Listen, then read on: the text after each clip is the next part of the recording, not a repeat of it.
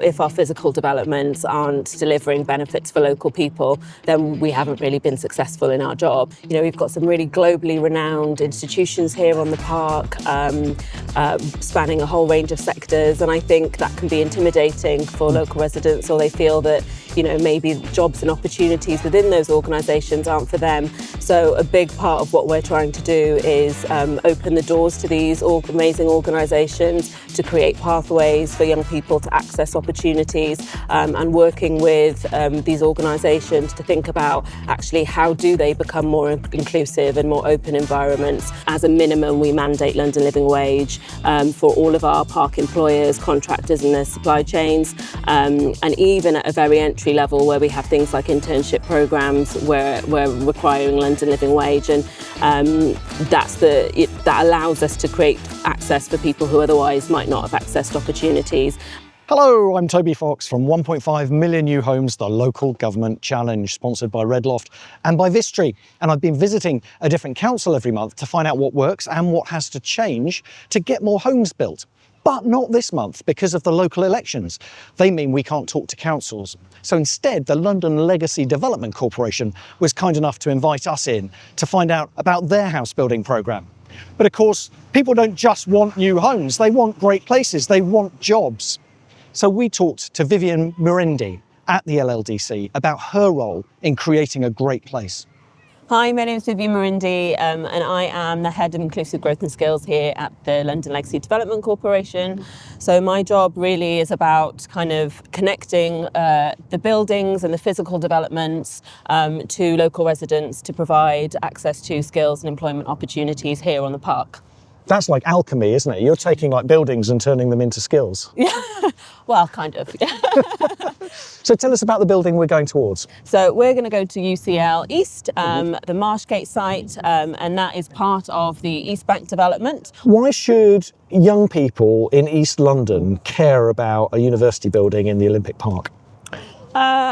Because it offers opportunity for them. I think UCL is a world-renowned university with amazing facilities and some fantastic courses that can really spearhead the careers or opportunities for local young people. So it's a resource on their doorstep, and through our programmes we are hopefully creating accessible pathways to access some of the courses and the training that the university offers. It's also a hub for research and innovation and enterprise. So I think the possibilities are endless for local talent who are looking to develop a career in a multitude of different avenues or sectors. Really, the work that we do is about inspiring and building a pipeline of talent who might be looking to take up some of the opportunities here. So through our schools work and our work with FE colleges and thinking about progression pathways into higher education and into an institution like UCL. So, Viv, we come in from the cold into this amazing institution, Marshgate, but it does feel like somewhere that might be like a little bit intimidating for a lot of people. So what are the barriers to young people, to local people accessing what has been created in the Olympic Park? Yeah, I think the main barriers are around kind of perception. I think that's a big barrier. So, you know, we've got some really globally renowned institutions here on the park, spanning a whole range of sectors. And I think that can be intimidating for local residents, or they feel that, you know, maybe jobs and opportunities within those organisations aren't for them. So a big part of what we're trying to do is open the doors to these amazing organisations to create pathways for young people to access opportunities, and working with these organisations to think about actually how do they become more inclusive and more open environments, and what programmes and training initiatives can they put in place to attract, retain and progress talent who are interested in developing their career here. And you're doing that like as a landlord, really, aren't you? So have you got power? Have you got levers you can pull to not to force it, but to make sure it happens? Yeah, I mean, you know, we're a development corporation and a regeneration body. So if our physical developments aren't delivering benefits for local people, then we haven't really been successful in our job. And, so we can have commitments around local recruitment, in procurement, and also in our leases and contracts. But it's really our skills and employment programs that enable the connection between park partners and local communities that come together, that allow people to come together, work together, and develop solutions that respond to both the needs of employers and the needs of local residents. When you say something like a skills program, Yeah. in my head that means it's like a spreadsheet with like people's names and courses and places they can do those courses. Is it more sophisticated than that, Viv? Yes, it is. It is. I'm glad you said I that. like to think it's more sophisticated than that. So we have a kind of park-wide skills and employment program that delivers everything from careers advice and guidance through to access to apprenticeships, London living wage paid internships, access to higher education, further education bursaries, and support for freelancers. So we deliver this program through two main careers hubs. So we've got Build East, which is our construction and built environment hub, and the Good Growth Hub, which has a focus on creative tech and technology skills as well, but also has a bit of a broader remit. So through these hubs, we have a variety of different activities that get delivered from these hubs with local community partners that do that delivery and offer opportunities and pathways into jobs here on the park and further afield across London. And what sort of numbers are involved? So at Build East, we have about 500 learners a year go through that centre. To date, we've had about 3,000 young people accessing training in construction and built environment, and about 1,100 accessing jobs in the sector. And Good Growth Hub, similarly, a couple of thousand people accessing careers advice and guidance over the last 4 years, and over 500 jobs in the sector as well. So if you're not anywhere near the Olympic Park and you're in your teens and you're thinking about your career, you're really unlucky, aren't you? So how's it all funded? So through a broad partnership model, obviously we fund a lot of that activity as a development corporation that comes through our kind of socio-economic or social value funding pot. But we also get a lot of co-investment from partners and organisations on the park.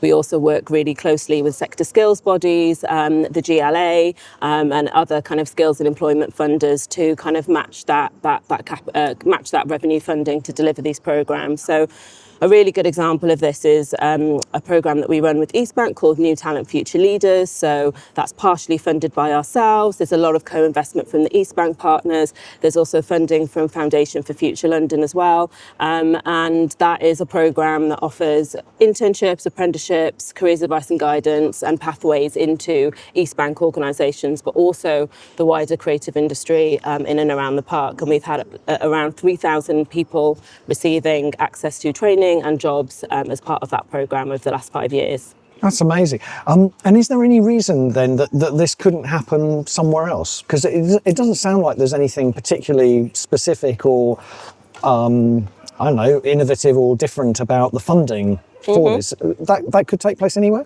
Yeah, I think the model is transferable to other parts of London. That's a much better way of putting it. Thank you.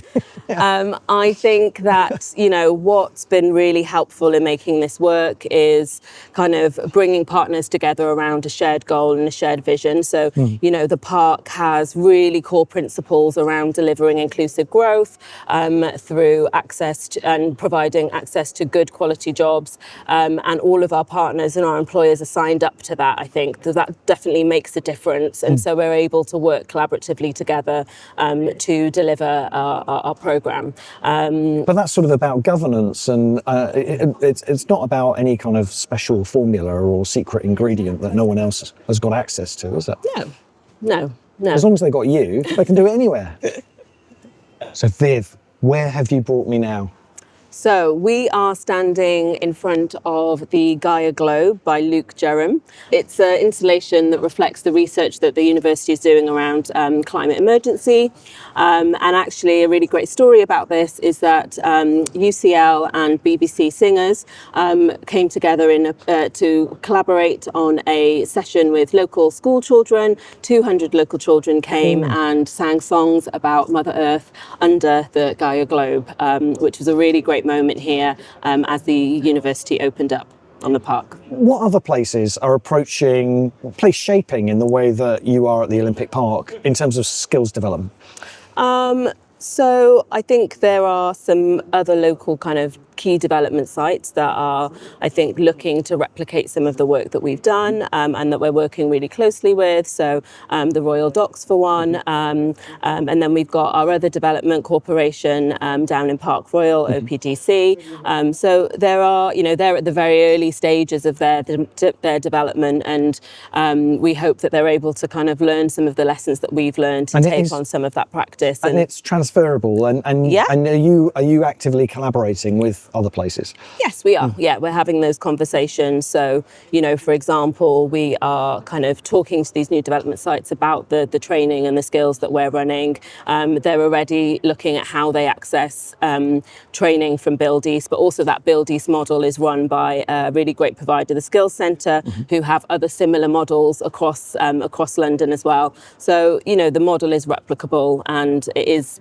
elements of it are being seen in other developments, and we kind of are working with our partners to make sure that that happens as well. And you've achieved so much already, Viv. How long have you been here?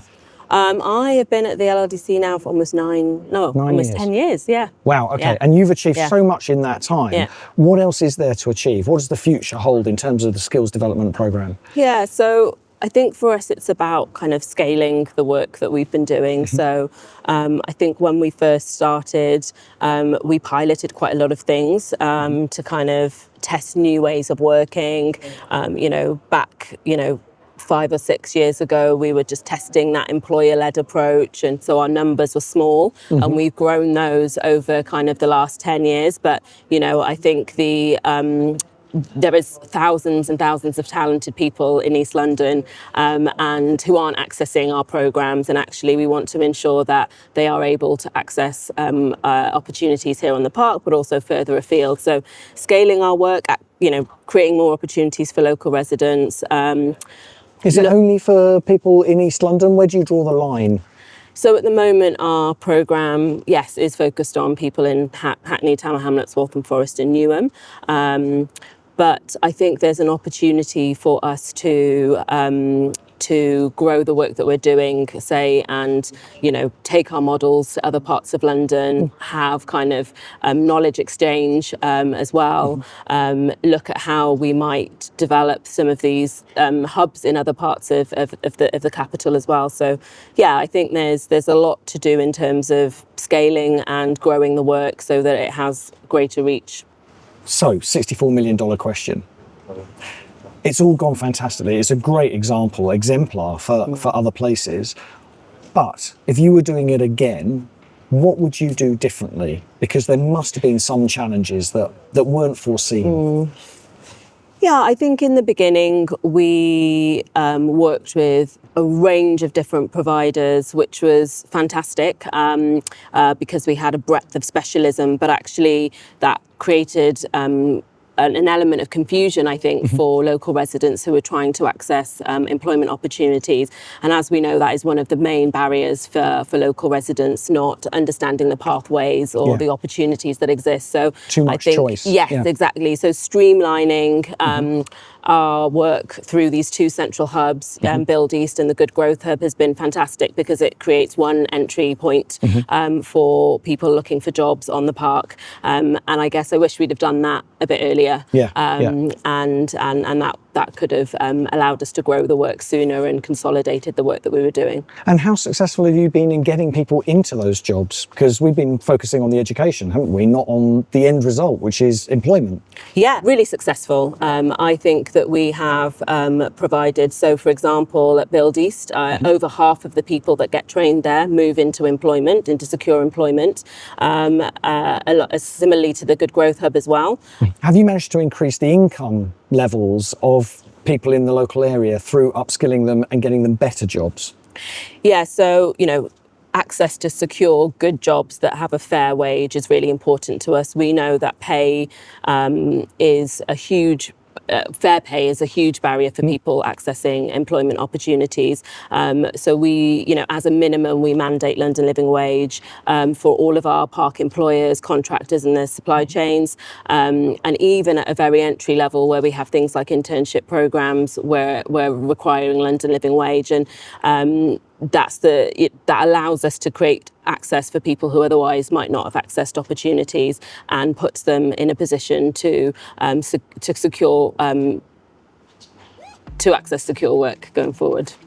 Fantastic. Yeah. Viv, thank you so much for your role in 1.5 million new homes. Thank you. And that's it from another episode of 1.5 million new homes, the Local Government Challenge, sponsored by Redloft and by Vistry. But we're going to be back in a few days with more from the Olympic Park. So like and subscribe, and we'll look forward to seeing you then.